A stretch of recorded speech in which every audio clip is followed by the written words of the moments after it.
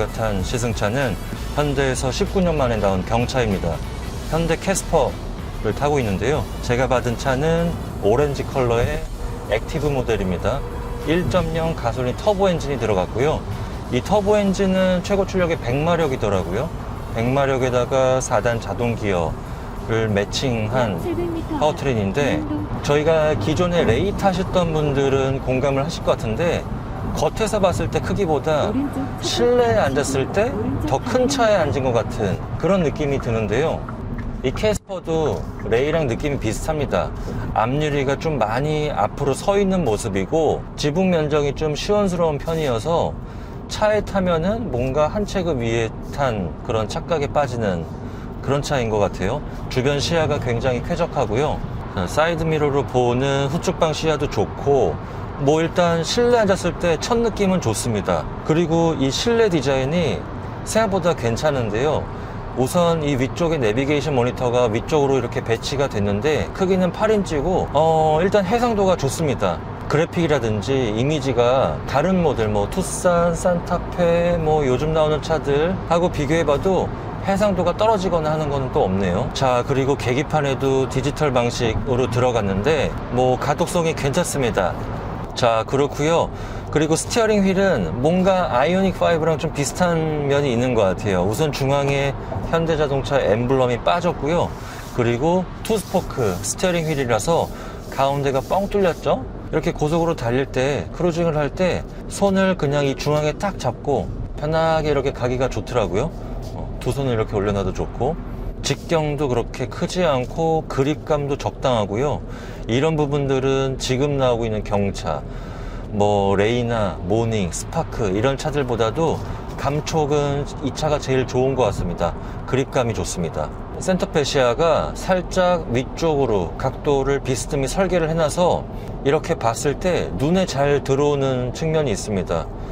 버튼들도 경차라고 해서 작지 않고 이렇게 내기 외기 순환 버튼이나 에어컨 버튼, 바람의 방향 조절하는 버튼, 이런 버튼들은 버튼이 되게 큼직큼직해요.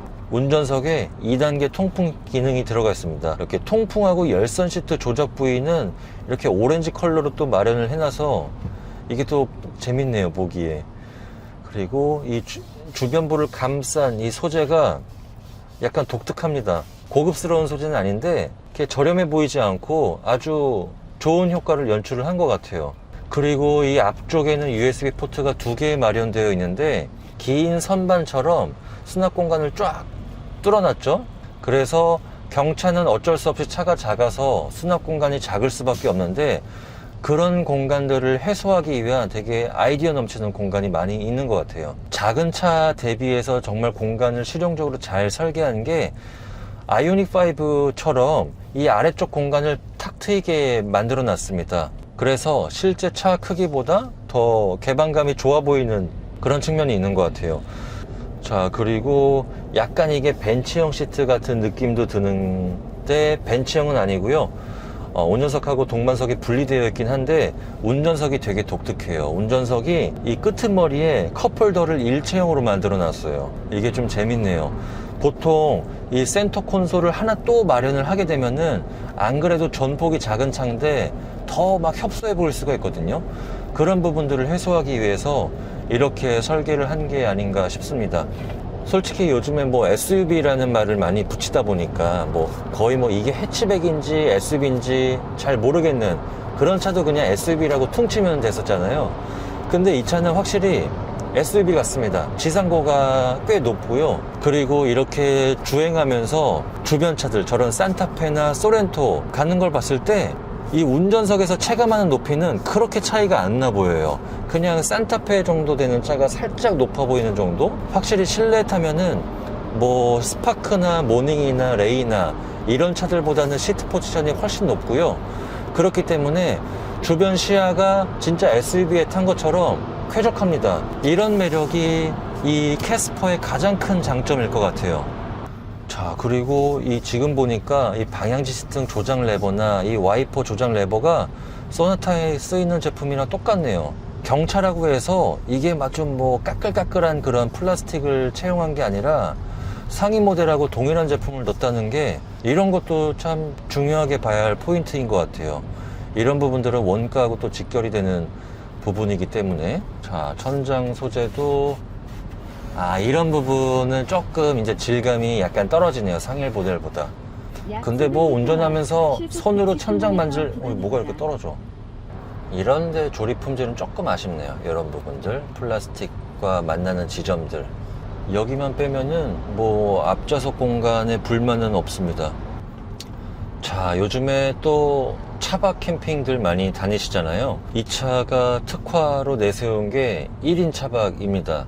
아무래도 이 레이라는 차가 차 크기는 작은데 지붕이 높고 실내가 좀 탁 트여 있다 보니까 의외로 혼자 차박하기에는 괜찮거든요.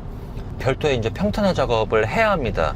그런데 이 차 같은 경우는 비용을 들여서 평탄화 작업을 할 필요가 없어요. 그 이유가 이 차에는 세계 최초로 앞좌석까지 180도로 폴딩할 수 있는 그런 기능이 들어갔습니다. 이 차는 지금 순정으로 등받이가 이렇게 180도까지 접혀 있다 보니까 추가적으로 매트만 구입해서 쫙 펼치게 되면은 앞좌석까지 이제 공간을 활용할 수가 있으니까 혼자서 이제 충분히 차박을 할 수가 있는 거겠죠. 아무래도 차 폭이 작기 때문에 둘이 차박하기에는 조금 불편할 수 있겠다는 생각이 들고, 혼자 차박을 하면서 뭐 강아지 키우시는 분들은 강아지까지 함께 이렇게 차박하기에는 정말 크기가 딱 좋은 것 같아요.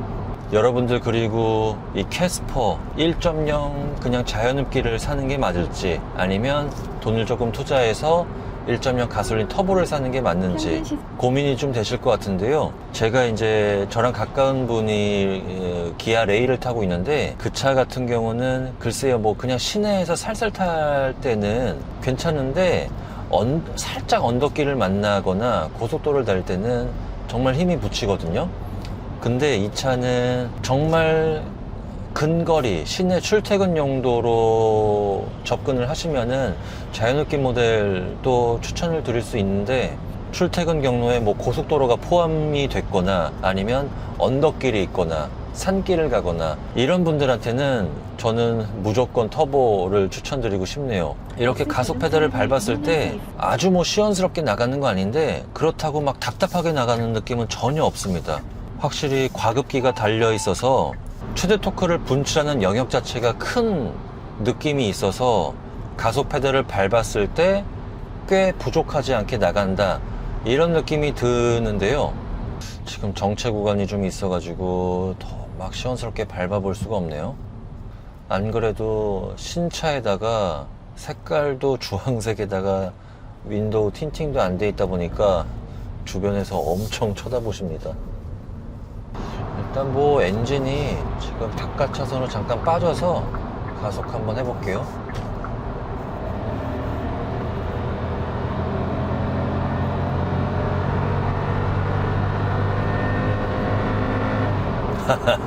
한숨 자고 와도 되겠네.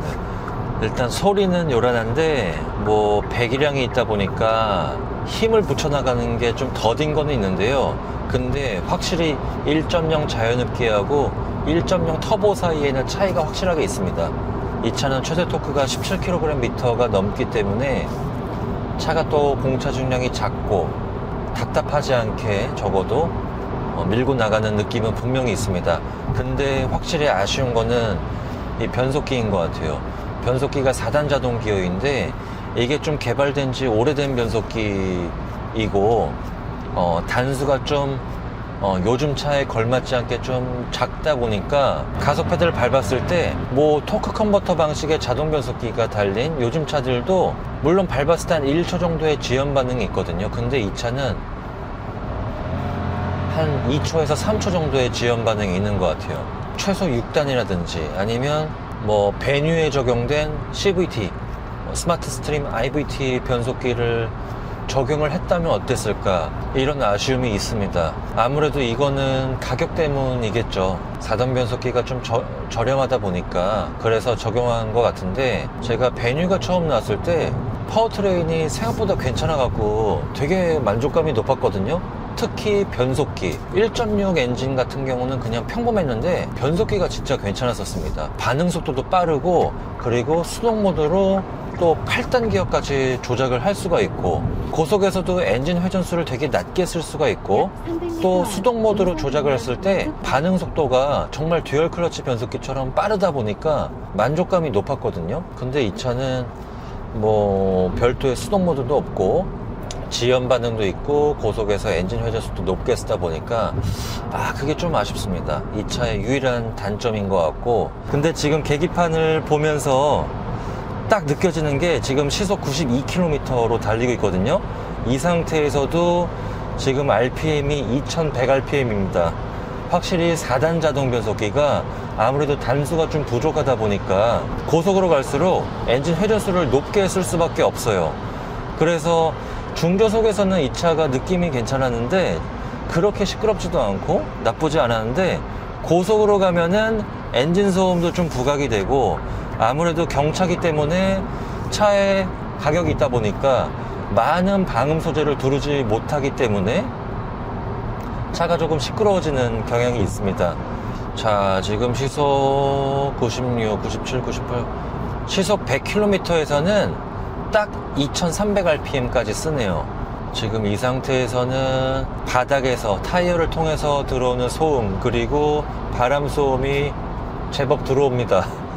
그래서 제가 평소 리뷰하는 톤보다 조금 더 높여서 말씀드리고 있는데, 고속도로 주행 비중이 높은 분들한테는 그렇게 추천할 수가 없을 것 같고요.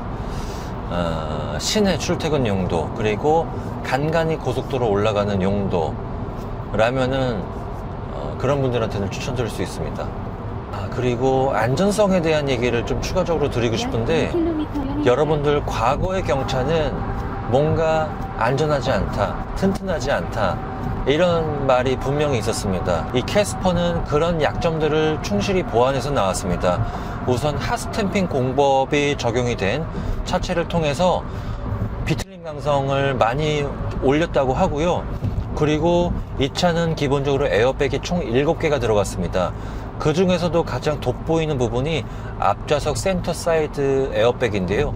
이거는 4세대 기아 소렌토가 나오면서도 적용이 된 기능인데, 지금 이 가운데 부분에 에어백이 튀어나오게 돼 있습니다. 그러면은 이제 측면 충돌이 됐을 때 보통 운전석하고 동반석에 탄 사람하고 부딪혀갖고, 특히 머리가 서로 이제 부딪혀서 더 크게 부상을 입는 경우가 있는데요. 그런 부분에서 이 앞좌석 센터 에어백이 들어가게 되면은 운전자하고 동반석에 탄 승객이 머리가 부닥치는 그런 사고를 좀 방지할 수 있다는 측면에서 굉장히 중요한 장비라고 할 수 있습니다. 자, 그리고 이 차는 내비게이션 기반 스마트 크루즈 컨트롤이 적용이 되어 있고요. 고속도로에서 시속 110km로 크루즈 컨트롤을 유지해 놨다가 만약에 지금 달리고 있는 도로의 제한 속도가 시속 80으로 줄어들었다, 그러면 제가 일일이 속도를 줄일 필요 없이 알아서 차의 주행 속도가 떨어지는 그런 기능이라고 할 수 있고요. 그리고 차선 이탈 방지 시스템, 차선 유지 보조 시스템 전부 다 들어가 있어서 여러분들 소위 반자율 주행이라고 하죠. 그 반자율 주행을 이 경차 캐스퍼에서도 구현할 수가 있습니다. 자, 그리고 뭐 사이드 미러에서 이 후측방 경보 시스템도 들어가 있고요. 아무래도 이 캐스퍼에는 운전면허 따고 처음 이제 첫 차 구매자가 좀 많이 계실 것 같아요. 아니면은 현대차는 이 차는 장롱면허자도 많이 살 거다, 이렇게 아까 발표에서 말씀하시더라고요. 그런 분들께서는 아무래도 운전 경험이 많지 않으시다 보니까 차선을 바꿀 때 조금 힘드실 것 같아요. 그런 분들은 이렇게 고속도로에서 차선 변경하기가 조금 부담스러우시잖아요. 이런 후측방 경보 시스템이 들어가다 보니까 아무래도 조금 더 안전하고 편안하게 차선을 바꿀 수 있는 그런 장점이 있습니다. 첫 번째 차로를 이용하세요. 나는 차박을 하거나 임도 주행도 가끔 하거나 뭐 이런 용도가 아니라면은 그냥 저렴하게 모닝을 사시는 게 맞고요. 아니면은 현대차의 어떤 이 차의 기획 의도대로 차박도 아주 적극적으로 주말마다 가서 즐기고, 그리고 지상고가 높기 때문에 임도 주행도 즐기고, 이 차는 주행 모드가 이렇게 있어요.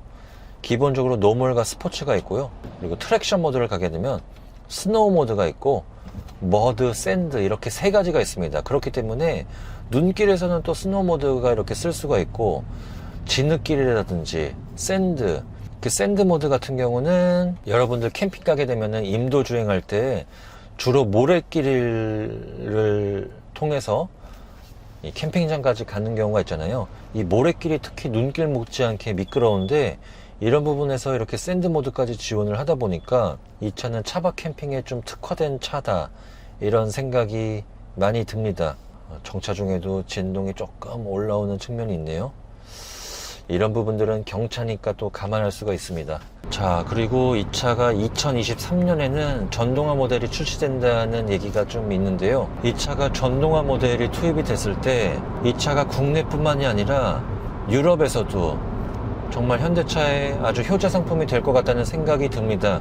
지금 유럽에서는 뭐 폭스바겐의 E-up 모델이 이제 대표적인 초소형 전기차라고 할 수 있는데, 미래에도 정말 이 차는 잠깐 팔기 위한 그런 틈새를 노리기 위한 인스턴트 차가 아니라 미래의 전동화 모델 투입까지 고민하고 있는 그런 전략형 차라고 할 수 있습니다. 자, 이렇게 해서 현대에서 19년 만에 나온 경차, 경영 SUV죠. 캐스퍼 리뷰를 마무리하도록 하겠고요. 저희가 이제 미디어 시승차 추후에 돌리게 되면은 이 차로 혼자서 저희 로드테스트에서 잘하는 분야죠. 감성 리뷰로 한 번 더 전해드리도록 하겠습니다. 고맙습니다.